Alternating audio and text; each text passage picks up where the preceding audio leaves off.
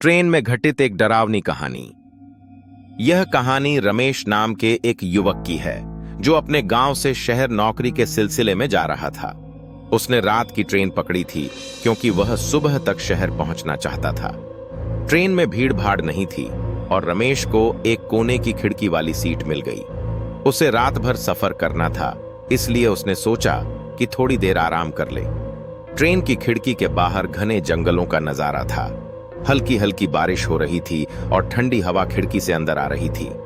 रमेश ने अपनी सीट पर बैठते ही झपकी लेना शुरू कर दिया। ट्रेन जैसे ही एक सुनसान स्टेशन पर रुकी, रमेश की आंख खुली। स्टेशन का नाम था कालागढ़, लेकिन यह नाम उसने पहले कभी नहीं सुना था।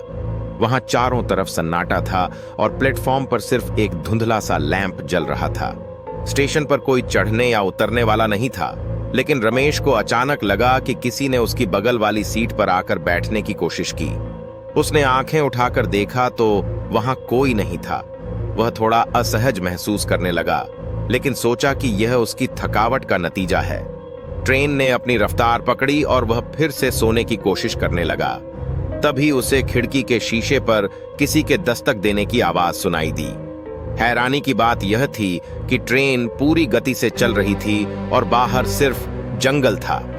रमेश ने झांक कर देखा तो बाहर कोई नहीं था। उसकी धड़कन तेज हो गई। अचानक उसे लगा कि कोई धीमी आवाज में उसका नाम पुकार रहा है। रमेश, रमेश। आवाज कानों में गूंजने लगी। वह डर के मारे कांपने लगा।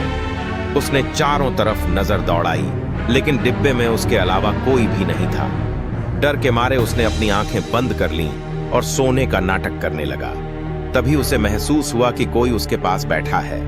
उसने धीरे धीरे आंखें खोलीं और जो देखा उससे उसकी चीख निकल गई। एक सफेद साड़ी में लिपटी महिला, जिसके चेहरे पर कोई आंख, नाक या मुंह नहीं था, उसे घूर रही थी। वह अपनी जगह से हिल भी नहीं पा रहा था।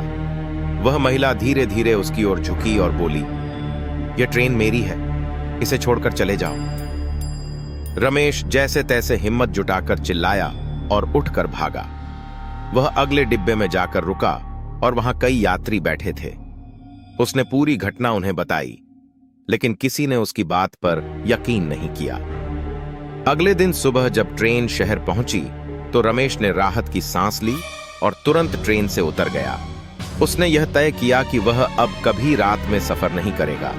उसके बाद से उसने कभी उस ट्रेन में पैर नहीं रखा, लेकिन वह आज भी उस रात को याद करता है और उसकी रीढ़ में सिहरन दौड़ जाती है।